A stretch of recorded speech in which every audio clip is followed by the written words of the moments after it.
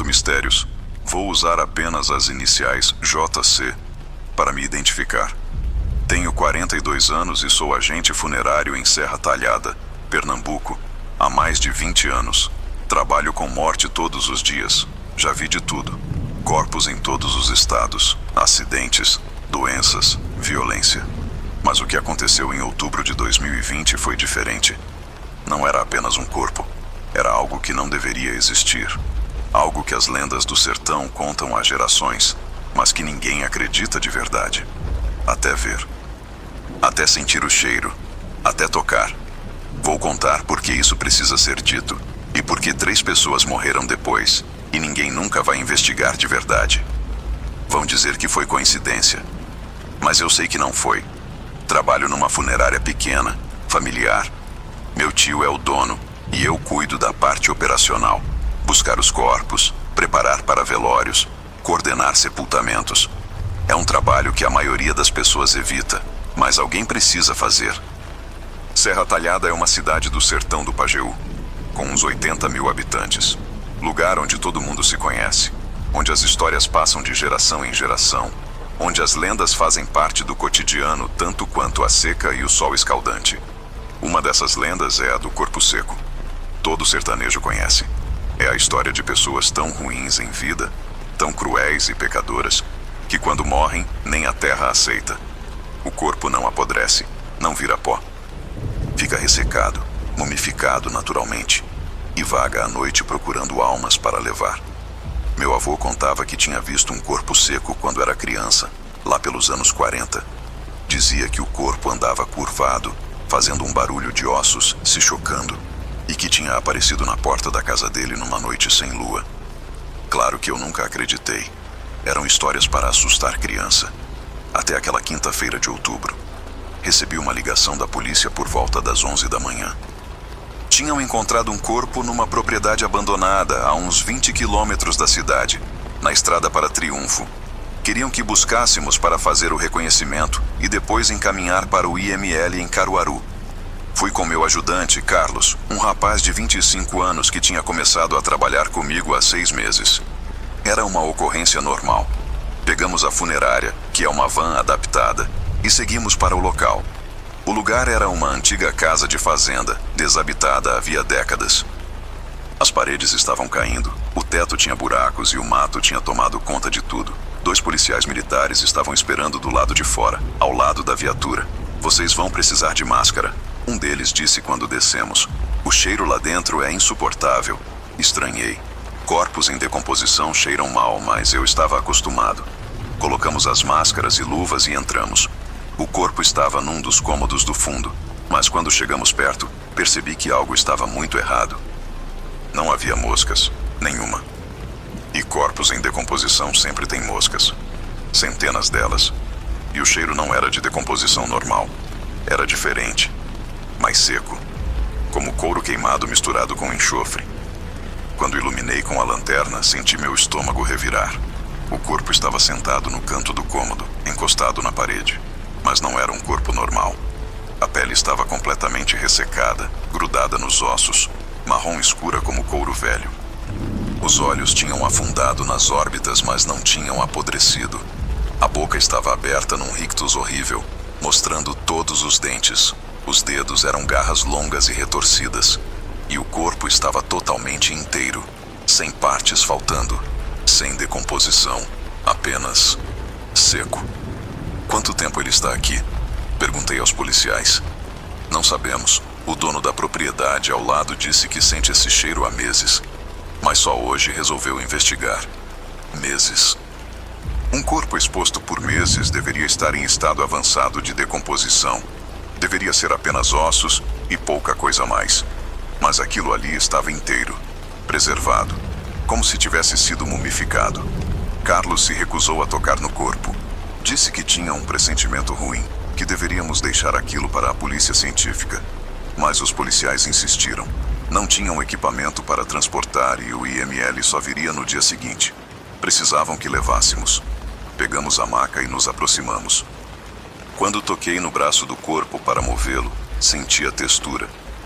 Não era pele morta normal, Era dura, seca, mas ao mesmo tempo flexível, como couro tratado, e estava fria. Fria demais, muito além da temperatura de um corpo sem vida. Conseguimos colocar o corpo na maca e cobrir com o lençol. Mas quando estávamos saindo, Carlos tropeçou. A maca balançou e o lençol escorregou um pouco, expondo a cabeça do corpo. E eu juro pelo que tenho de mais sagrado que vi a boca se mover. Não muito. Apenas um leve tremor, como se estivesse tentando falar. Você viu isso? Sussurrei para Carlos. Ele estava pálido. Vamos sair daqui, agora. Colocamos o corpo na van e voltamos para a funerária. Durante todo o trajeto, aquele cheiro permaneceu. Forte, penetrante, mesmo com as janelas abertas. Quando chegamos, meu tio estava esperando. Ele olhou para o corpo, ainda coberto na maca, e seu rosto mudou. Ficou sério, assustado. Onde vocês encontraram isso? Expliquei. Ele ficou em silêncio por um longo tempo. Depois disse: Isso não pode ficar aqui. Isso não é um corpo normal. O que você quer dizer? Ele se aproximou e levantou um pouco o lençol. Olhou para o rosto ressecado. E então fechou os olhos, como se estivesse fazendo uma oração. Meu pai me contou sobre isso. Sobre corpos que a terra rejeita. Corpos de pessoas tão ruins que nem Deus nem o diabo querem. Eles ficam presos entre os mundos e trazem desgraça para quem os toca.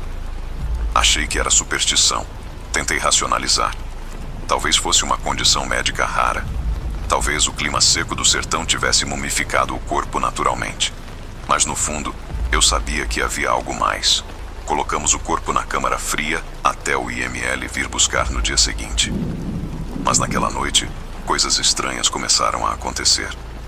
Por volta das 2 da manhã, o alarme da funerária disparou. Corri até lá, achando que era invasor. Mas quando cheguei, tudo estava trancado. Nada tinha sido forçado. Nada tinha sido roubado. Exceto que a porta da câmara fria estava aberta. De dentro, entrei, o coração disparado. O corpo ainda estava lá, na gaveta. Mas o lençol tinha sido jogado no chão. E havia marcas de dedos, na parede de metal da câmara. Como se algo tivesse tentado arranhar para sair. Tranquei tudo de novo e fui embora. Mas não consegui dormir. Porque sabia que aquilo não tinha sido acidente. Algo tinha se movido dentro daquela câmara. Na manhã seguinte, o pessoal do IML chegou. 2 técnicos e um médico legista. Eles colocaram o corpo num saco próprio e levaram. Eu estava aliviado. Finalmente aquilo sairia da minha responsabilidade. Mas 3 dias depois, recebi uma ligação. Um dos técnicos do IML tinha morrido. Acidente de carro na volta para Caruaru. Bateu de frente num caminhão. Morte instantânea. Uma semana depois, o outro técnico foi encontrado morto em casa. Ataque cardíaco, disseram. Ele tinha 28 anos e era saudável. E 2 semanas depois, o médico legista desapareceu. Saiu de casa uma noite e nunca mais voltou. Até hoje não encontraram. Tentei descobrir mais sobre aquele corpo. Quem era? Como tinha morrido? Mas não havia registros. Nenhuma pessoa desaparecida que correspondesse. Nenhuma identificação. Nada. Era como se aquela pessoa nunca tivesse existido oficialmente. Ou como se tivesse existido há tanto tempo que todos os registros se perderam. Conversei com pessoas antigas da região. Mostrei fotos que tinha tirado. E um senhor de 80 e poucos anos me disse algo que nunca vou esquecer. Esse aí era o Vicente. Vicente das Almas. Morava naquela fazenda nos anos 40. Era um homem ruim. Muito ruim. Matou a mulher e os 3 filhos. Depois sumiu. Diziam que ele tinha fugido. Mas parece que não fugiu. Parece que ficou lá todo esse tempo. 80 anos. Aquele corpo estava lá há 80 anos. E continuava inteiro, preservado, esperando. Carlos pediu demissão logo depois. Disse que não conseguia mais trabalhar na funerária. Que via aquele rosto ressecado todas as noites quando fechava os olhos. Eu entendi. Porque eu também vejo. Conto mistérios. As lendas do Nordeste não são apenas histórias. Muitas delas têm um fundo de verdade. Verdades que foram distorcidas com o tempo, mas que existem. Que são reais. O corpo seco existe. Eu vi, eu toquei. E sei que não era apenas um cadáver mumificado. Era algo mais. Algo que não deveria estar neste mundo, mas que está. Preso. Rejeitado. Vagando. Desde aquele dia tenho muito cuidado com os corpos que busco. Observo se tem moscas. Se cheiram normal. Se estão no estado que deveriam estar. Porque aprendi que a morte tem exceções. E algumas dessas exceções são aterrorizantes. Se você passar pelo sertão e ouvir histórias sobre corpos que andam à noite, sobre defuntos que a terra não aceita, não descarte como superstição, porque pode ser verdade. E se for, você não quer encontrar. Porque tem coisas piores do que a morte. Tem ficar preso entre a vida e a morte, sem descanso, sem paz, apenas existindo, para sempre. E isso não é lenda, é real. Eu tenho as fotos para provar, mas nunca vou mostrá-las para ninguém, porque algumas coisas não devem ser vistas. Algumas verdades são pesadas demais para carregar.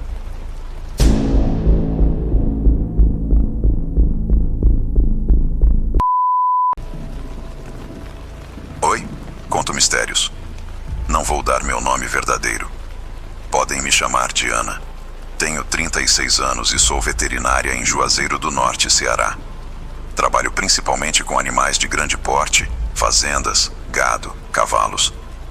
Passo muito tempo em áreas rurais, longe da cidade. O que vou contar aconteceu entre janeiro e março de 2021 e mudou completamente tudo que eu achava que sabia sobre a natureza, sobre animais e sobre as lendas que ouvimos desde crianças.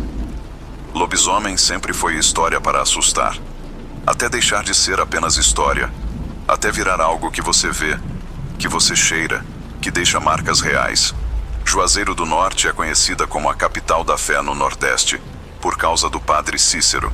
Mas além da religiosidade, a cidade também mantém vivas as tradições sertanejas, incluindo as crenças populares e as lendas. E uma das mais fortes é a do lobisomem. Todo mundo conhece a história.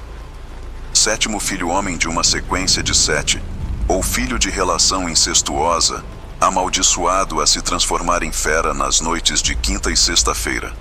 Vira um animal com corpo de homem e cabeça de cachorro, ou algo entre homem e lobo, que ataca animais e pessoas. Eu sempre ouvi essas histórias. Minha avó contava, mas eram lendas. Folclore. Eu era uma profissional da saúde animal, formada, com especialização.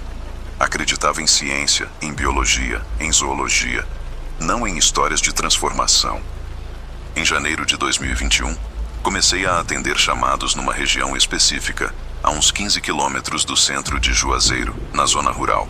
3 fazendas próximas estavam tendo problemas com ataques a animais, cabras mortas, galinhas despedaçadas, uma bezerra atacada, com ferimentos profundos no pescoço e nas patas. Achei que fosse um cachorro selvagem, talvez uma matilha de cães abandonados que tinha virado feral. Mas quando examinei os ferimentos, percebi algo estranho.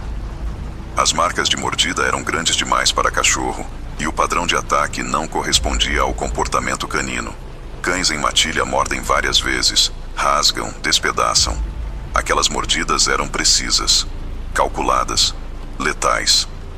Na segunda semana de janeiro, um dos fazendeiros, seu Antônio, me ligou desesperado.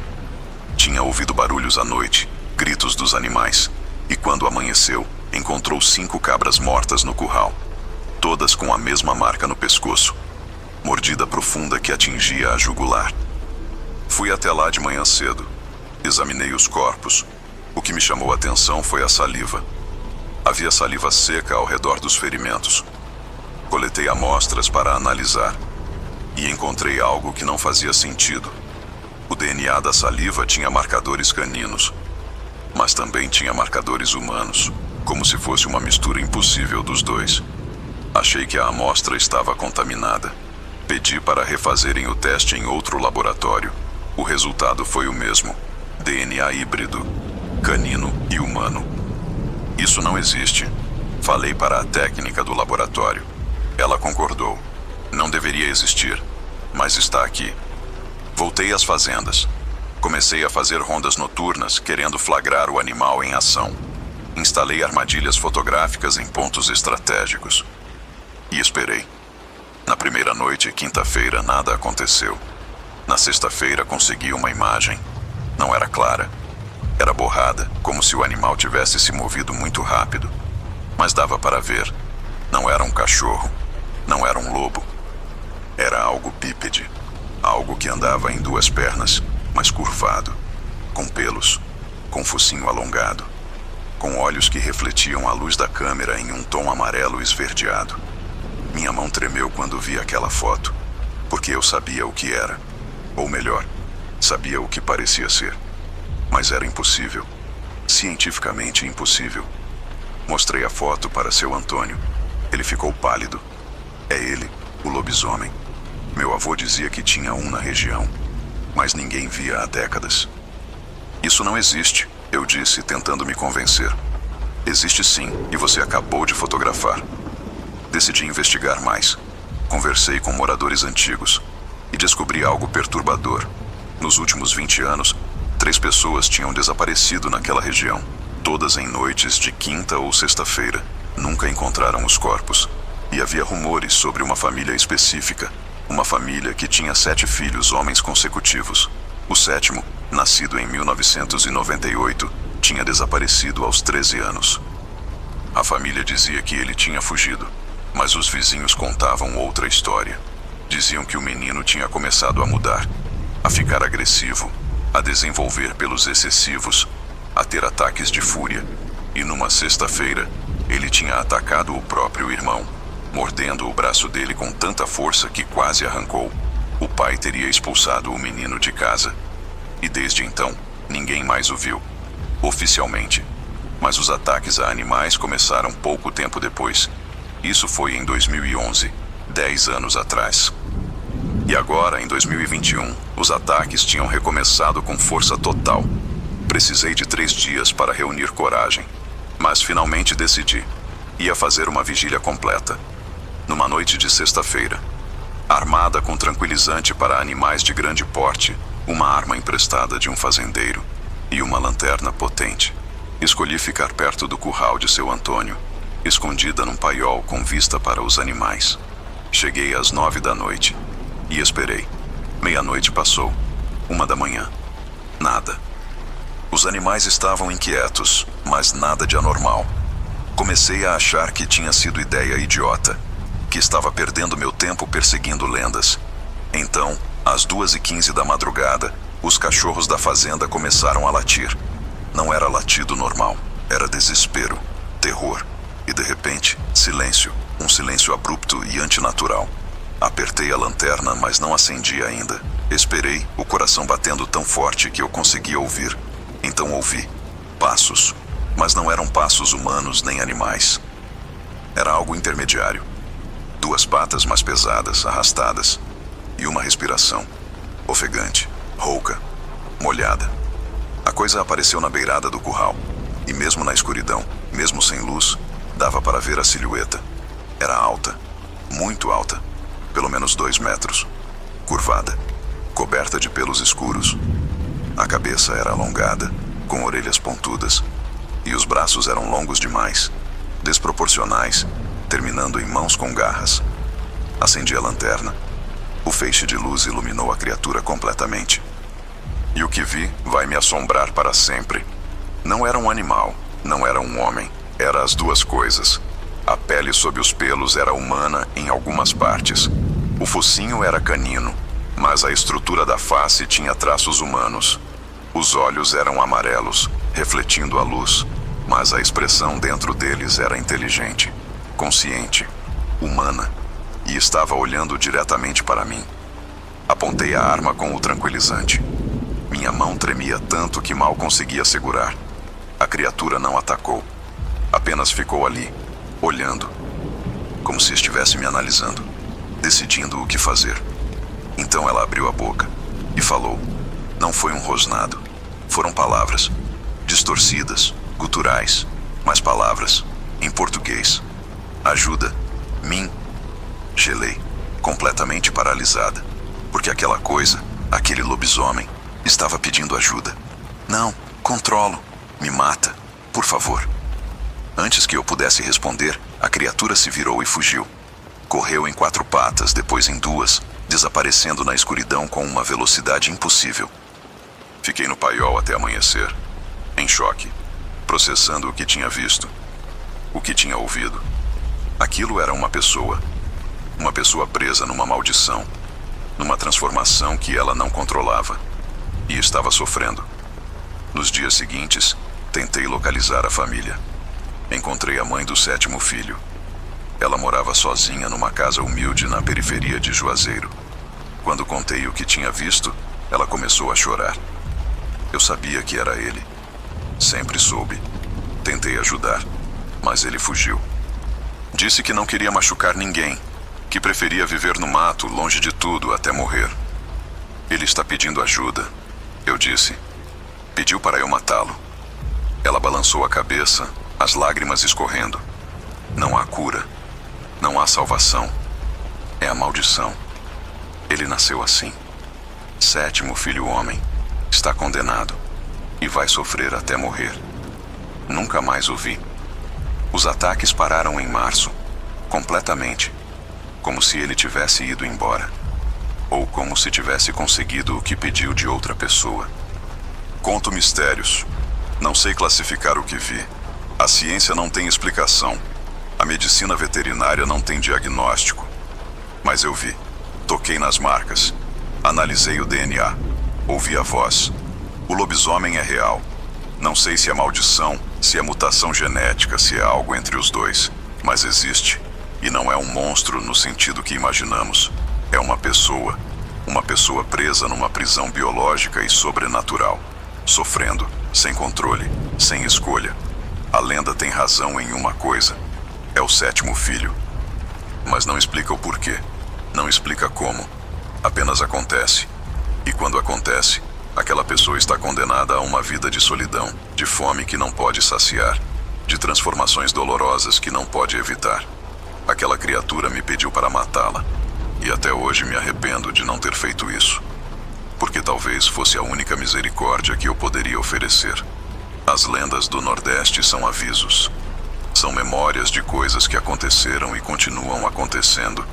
E o lobisomem não é história de terror. É tragédia. É sofrimento real de pessoas reais, presas em corpos que não reconhecem. Se você um dia encontrar um, não ataque. Não fuja. Apenas entenda que está diante de alguém que perdeu tudo, inclusive a humanidade. E reze para que você nunca precise fazer a escolha que eu falhei em fazer. Conto mistérios. Meu nome é Francisco, mas todo mundo me chama de Chico. Tenho 51 anos e sou vaqueiro há mais de 30. Trabalho em fazendas pelo sertão da Paraíba, principalmente na região de Sousa e Cajazeiras. Conheço esse sertão como a palma da minha mão. Cada trilha, cada açude, cada canto de mata. Sempre ouvi as histórias. Mula sem cabeça era uma das mais contadas. Mulher que traía o marido com padre, amaldiçoada a virar uma besta de fogo que galopa nas noites de quinta para sexta, soltando fogo pelo pescoço. Era história de boteco. História para afugentar mulher casada de padre. Até o verão de 2018, quando eu vi. E não foi história. Foi real. Foi fogo. Foi terror. E foi o fim de 2 pessoas que eu conhecia. Em 2018, eu trabalhava numa fazenda grande perto de Sousa, cuidando de um rebanho de gado Nelore.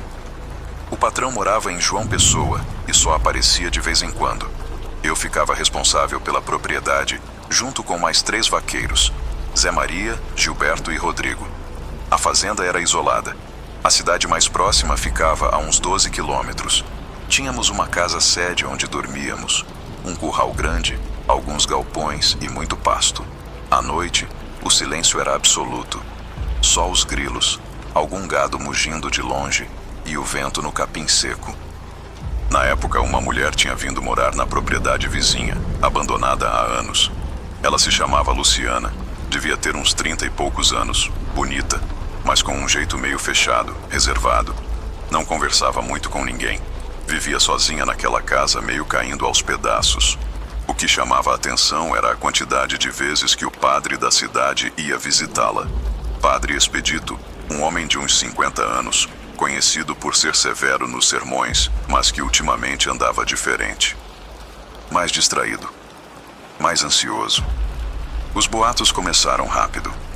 Interior é assim, não precisa de muito para a língua do povo começar. Diziam que ela tinha se mudado para lá justamente para ficar perto dele, que os dois tinham um caso, que era por isso que ela morava sozinha, escondida, longe de tudo. Eu não dava muita bola. Não era problema meu. Cada um com sua vida, seus pecados, suas escolhas. Mas Zé Maria, que era meio supersticioso, ficava repetindo que aquilo ia dar ruim. Que mulher com padre era coisa que Deus não perdoava. Que a maldição ia cair. Eu ria, até parar de achar graça. A primeira vez que algo estranho aconteceu foi numa quinta-feira de fevereiro. Calor insuportável, céu limpo, lua crescente. Estávamos na varanda da casa-sede jogando dominó quando ouvimos um relincho. Mas não era relincho normal de cavalo. Era agudo, estridente, desesperado, como se o animal estivesse em agonia.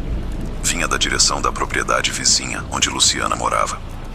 Deve ser algum cavalo ferido, Gilberto disse, levantando. Pegamos lanternas e fomos ver. Conforme nos aproximávamos, o barulho ficava mais alto, mais perturbador. E tinha outro som junto, como se algo estivesse batendo no chão. Cascos, galopando em círculos. Quando chegamos perto da cerca que dividia as propriedades, o barulho parou. De repente, silêncio total. Iluminamos com as lanternas. Não havia nada, nenhum animal, nada. Mas o chão estava marcado. Havia pegadas, pegadas de cavalo. Dezenas delas, em padrão circular, como se um animal tivesse ficado girando ali por muito tempo. E no centro do círculo, a terra estava queimada, chamuscada, como se algo muito quente tivesse estado ali. Vamos embora, Zé Maria disse, a voz tremendo. Isso não é coisa boa. Voltamos para a casa. Ninguém conseguiu dormir direito naquela noite. E no dia seguinte, sexta-feira, encontramos 3 galinhas mortas no terreiro. Não estavam mordidas nem comidas, apenas mortas, com marcas de queimadura no pescoço. As semanas seguintes foram estranhas. O gado ficava inquieto nas noites de quinta para sexta. As galinhas se recusavam a sair do poleiro.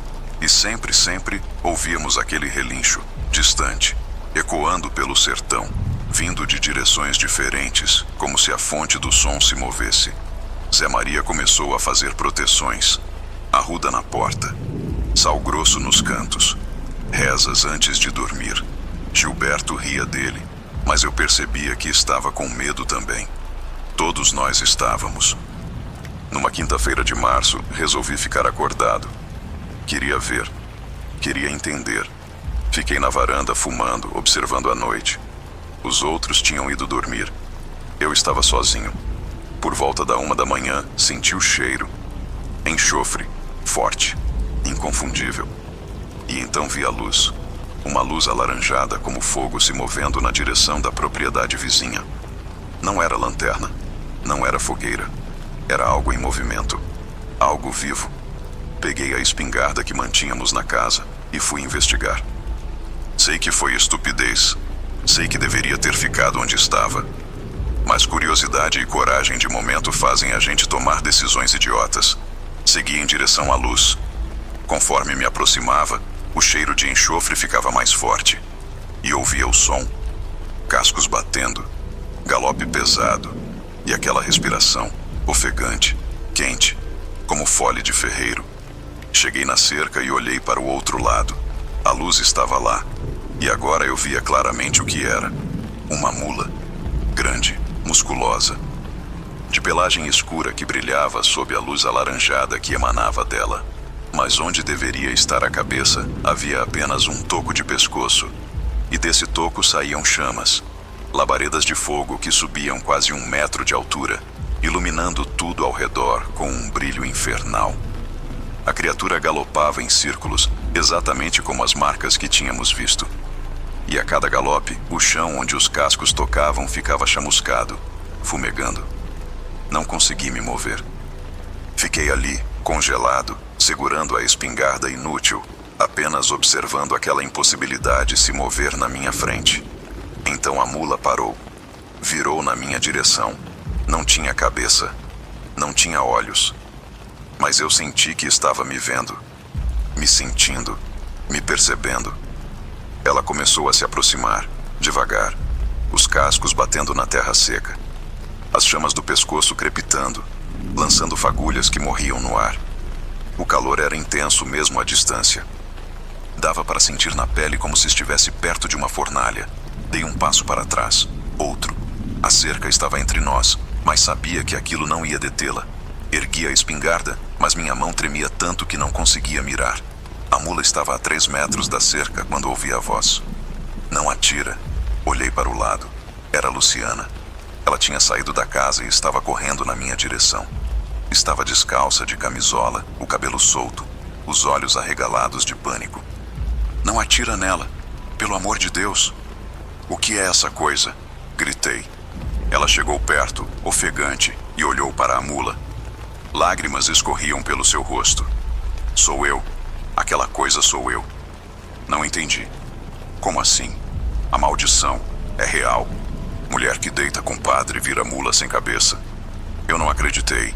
Ele não acreditou. Mas é real. Toda quinta à noite eu me transformo. Não consigo controlar. Não consigo parar. A mula relinchava. O som era de dor, de desespero. Como se estivesse tentando falar, mas só conseguisse emitir aquele barulho horrível. Como eu quebro isso? Perguntei. Como eu te ajudo? Não pode. Só termina quando um dos dois morre. Eu ou ele. Ou quando a gente se separa para sempre. Mas ele não quer. Diz que me ama, que vamos encontrar um jeito. Naquele momento ouvimos outro som. Motor de carro. Faróis iluminando a estrada de terra. Era o carro do padre Expedito. Ele chegava para mais uma visita noturna. A mula virou na direção dos faróis e começou a galopar, não em círculos, em linha reta, direto para o carro. Não! Luciana gritou. Mas era tarde. A criatura saltou a cerca como se fosse nada e investiu contra o veículo. O padre viu, tentou desviar, mas não teve tempo. A mula colidiu com a lateral do carro com uma força brutal. O impacto foi acompanhado de uma explosão de chamas. O carro capotou, rodou e parou de lado. E onde a mula tinha colidido, o metal estava derretendo, borbulhando como cera sob o calor intenso. Corri até o carro. O padre Expedito estava preso lá dentro, inconsciente e sangrando. Tentei abrir a porta, mas estava quente demais. Queimava tocar. Usei minha camisa para proteger a mão e consegui forçar. Arrastei ele para fora. Estava vivo, mas ferido. A mula tinha desaparecido. As chamas no pescoço tinham se apagado. Não havia mais nada. Apenas o carro destruído e a terra queimada ao redor. Luciana chegou correndo. Ela estava normal de novo. Humana. Inteira. Caiu de joelhos ao lado do padre, chorando, segurando a mão dele. Chamamos ambulância. Levaram ele para o hospital em Sousa. Ficou internado 3 semanas. Quando recebeu alta, pediu transferência para outra diocese. Foi para o interior do Maranhão. Nunca mais voltou. Luciana foi embora 2 dias depois do acidente. Não se despediu. Apenas arrumou as poucas coisas e desapareceu. A casa ficou abandonada de novo. Nunca mais ouvimos o relincho. Nunca mais vimos as chamas. A maldição tinha acabado, porque eles se separaram, porque a história entre eles tinha terminado da pior forma possível. Conto mistérios. A mula sem cabeça é real. Não é lenda. Não é superstição. É uma maldição que cai sobre quem quebra votos sagrados. E não é só punição. É transformação literal. Dolorosa. Incontrolável. Vi uma mulher se transformar numa criatura de fogo. Vi ela perder a humanidade toda quinta-feira à noite. Vi o desespero nos olhos dela quando voltava ao normal e percebia o que tinha feito. As marcas que tinha deixado. O perigo que representava. As lendas do Nordeste carregam avisos. Não são histórias para entretenimento. São memórias de quebras de sagrado. De consequências reais para ações que desafiam o que não deveria ser desafiado. Padre Expedito sobreviveu. Luciana desapareceu. Mas sei que em algum lugar, em alguma noite de quinta-feira, ela ainda se transforma. Ainda galopa. Ainda solta fogo pelo pescoço decepado. Porque algumas maldições só terminam com a morte. E se você ouvir um relincho estranho numa noite de quinta-feira, se sentir cheiro de enxofre sem razão, se ver uma luz alaranjada se movendo no escuro, não investigue, não se aproxime. Porque pode ser ela, ou pode ser outra. Porque tem mais de uma, tem várias, presas na mesma maldição, pagando o mesmo preço. E algumas coisas é melhor não ver. Porque depois que você vê, nunca mais esquece. O fogo, o desespero, a humanidade perdida, nunca mais esquece. Conto mistérios, prefiro não me identificar completamente. Podem me chamar apenas de seu Jonas. Tenho 63 anos e sou mateiro, guia de caça na região de Areia Branca, no Rio Grande do Norte. Passei a vida inteira na mata. Conheço cada árvore, cada trilha, cada som que a floresta faz. Mas tem uma parte da mata que não entro mais. Não desde abril de 2019. Não desde o dia em que encontrei o que não deveria existir. O que as histórias antigas dizem que protege a floresta. O que pune quem desrespeita. A caipora. O guardião da mata. E ela não é lenda. É real. E é implacável. Trabalho como guia há mais de 40 anos. Levo caçadores para áreas permitidas. Ensino a rastrear. Ajudo em safaris fotográficos. Essas coisas. Sempre respeitei as leis ambientais. Sempre respeitei a mata. Meu pai me ensinou desde pequeno. A floresta tem dono. E esse dono não gosta de ser desrespeitado. Ele chamava esse dono de caipora. Uma criatura que vive na mata, metade gente, metade bicho, que protege os animais e castiga quem caça sem respeito, quem mata fêmeas prenhes, quem destrói ninhos, quem invade territórios proibidos. Achei que fosse só jeito dele de me ensinar a respeitar a natureza. Em abril de 2019, um grupo de 3 homens de Natal me contratou para uma expedição de caça. Queriam javalis. Era temporada legal, área autorizada, licenças em ordem. Não vi problema. Combinamos o preço e marcamos para o fim de semana. Chegaram numa sexta-feira à tarde. 2 eram mais velhos, 50 e poucos anos. O terceiro era mais novo, uns 30, filho de um deles. Vinham bem equipados. Armas caras, roupa apropriada, equipamento moderno. Mas percebi logo que o jovem, que se chamava Bruno, era arrogante. Do tipo que acha que dinheiro compra tudo, inclusive respeito da natureza. Saímos no sábado de manhã, cedo. Entrei com eles pela trilha principal, em direção à área onde os javalis costumavam aparecer. Expliquei as regras: não atirar em fêmeas, não perseguir animais em desespero, não se afastar do grupo, não entrar nas áreas de preservação permanente. Bruno riu. Relaxa, velho. A gente sabe o que está fazendo. Senti um incômodo. Mas eram clientes. Seguimos. Caminhamos por umas 3 horas. Viram alguns javalis de longe, mas nada que desse um tiro limpo. Por volta das 11 da manhã, paramos para descansar perto de um riacho. Foi quando Bruno viu as pegadas. Eram pegadas estranhas. Pareciam humanas, mas menores, com dedos muito separados. E havia marcas de garras. Levavam para dentro da mata mais fechada, em direção a uma área que eu evitava entrar. O que fez essas pegadas? Bruno perguntou. Provavelmente um macaco. Menti, porque sabia o que eram. Meu pai tinha me mostrado pegadas iguais quando eu era criança. Me disse para nunca segui-las. Para nunca entrar onde elas levavam. Vamos ver, Bruno disse já levantando. Não, essa área é preservação. Não podemos entrar. Ele ignorou. Começou a seguir as pegadas. O pai dele chamou, mas Bruno continuou. Os outros 2 olharam para mim, sem saber o que fazer. Deixa ele ir, o pai disse. Ele volta quando se cansar. Mas eu sabia que não era assim. Porque as pegadas não eram aleatórias. Eram propositais.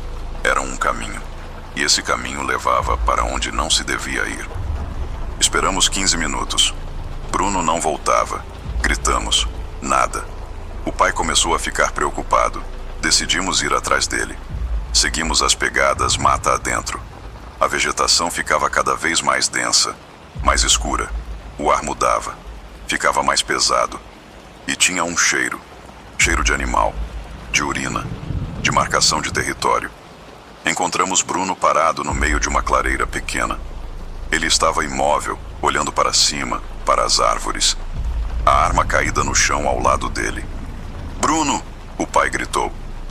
Ele não respondeu. Não se mexeu. Quando chegamos perto, vi por quê.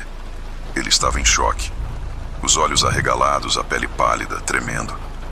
E nas árvores ao redor da clareira havia marcas. Arranhões profundos. Desenhos. Símbolos. Feitos com garras. E no centro da clareira, no chão, havia uma oferenda. Ossos arranjados em círculo. Crânios de animais pequenos. E no meio, ainda fresco, um javali morto, despedaçado. "A gente precisa sair daqui", sussurrei. "Agora." Peguei Bruno pelo braço. Ele finalmente reagiu, mas estava desorientado. Pegamos a arma dele e começamos a voltar. Mas as pegadas que tínhamos seguido não estavam mais lá. O caminho tinha mudado. As marcas agora levavam para outra direção. "Isso não está certo", o pai de Bruno disse. "A gente veio por ali." Tentei me orientar pelo sol, pelas árvores, pelos marcos naturais, mas tudo parecia igual, como se a mata tivesse se reorganizado, como se estivéssemos andando em círculos. Foi quando ouvimos um assovio. Não era de pássaro, era a imitação de assovio humano, vindo de algum lugar na mata, perto, muito perto. "O que é isso?" o outro homem perguntou, a voz trêmula. "Caipora", respondi. Não tinha mais sentido mentir. A gente invadiu o território, e ela sabe. O assovio veio de novo, agora de outra direção, depois de outra, como se houvesse várias criaturas, ou como se uma só estivesse se movendo rápido demais, cercando a gente. "Isso é ridículo", Bruno finalmente falou, a voz falhando. "Não existe isso." Então vimos uma sombra se movendo entre as árvores, bípede, coberta de pelos, pequena, mas rápida. Desapareceu antes que pudéssemos focar direito. "Atira!" alguém gritou. "Não!" gritei mais alto. "Não atira! Ela vai só deixar a gente sair se mostrarmos respeito." Mas era tarde. Bruno tinha pego a arma e atirado na direção da sombra. O tiro ecoou pela mata. Pássaros levantaram voo. E então veio o silêncio. Um silêncio absoluto e antinatural. A floresta inteira tinha parado de fazer barulho. O que aconteceu nos minutos seguintes foi caos. Algo começou a nos atacar. Não vimos direito. Era rápido demais. Mas sentimos. Garras arranhando. Pedras sendo atiradas. Galhos quebrando em volta da gente como se fossem arremessados. Corremos. Não sabíamos para onde. Apenas corremos. Bruno tropeçou e caiu. Quando o pai dele voltou para ajudá-lo, vimos a criatura. Ela estava em cima de Bruno. Pequena, não mais que 1,5 metros de altura, mas forte, coberta de pelos castanho avermelhados. As pernas eram tortas, viradas para trás. O rosto era humanoide, mas com traços animais. Olhos grandes e amarelos, dentes afiados. E as mãos tinham garras longas que seguravam Bruno pelo pescoço. Ela não estava machucando ele, apenas segurando, olhando nos olhos dele. E então falou, não em português, claro, mas dava para entender. Mata, respeita ou morre. Largou Bruno e desapareceu na vegetação, tão rápido que parecia ter se dissolvido no ar. Ficamos ali, paralisados. Bruno estava chorando, segurando o pescoço onde as garras tinham pressionado. Havia marcas, fundas, mas não sangravam, como se fosse um aviso, uma marca permanente. Então as pegadas apareceram de novo, mas dessa vez diferentes. Elas levavam para fora, para a trilha, para a saída. Seguimos sem questionar. Caminhamos em silêncio por quase 1 hora. E de repente, estávamos de volta na trilha principal. A luz do sol atravessando as árvores, o som normal da floresta retornando. Levei eles de volta para a cidade. Bruno não falou nada durante todo o trajeto. As marcas no pescoço dele estavam roxas, inchadas. Parecia que ele tinha sido estrangulado. No hospital, os médicos não souberam explicar. As marcas eram de garras animais, mas o padrão não correspondia a nenhum animal conhecido da região. E o estranho, As feridas não infeccionaram. Cicatrizaram rápido demais. Em 3 dias estavam quase sumidas. Mas Bruno mudou. Parou de caçar. Vendeu as armas. Voltou para Natal e nunca mais quis falar sobre o que aconteceu. O pai dele me ligou semanas depois dizendo que o filho tinha desenvolvido fobia de florestas, que não conseguia nem ver fotos de matas sem ter ataques de pânico. Eu também mudei. Parei de levar clientes para aquela área e comecei a levar oferendas, frutas, mel, tabaco. Deixo na beira da mata, no limite entre o permitido e o proibido. Como meu pai fazia, como meu avô fazia.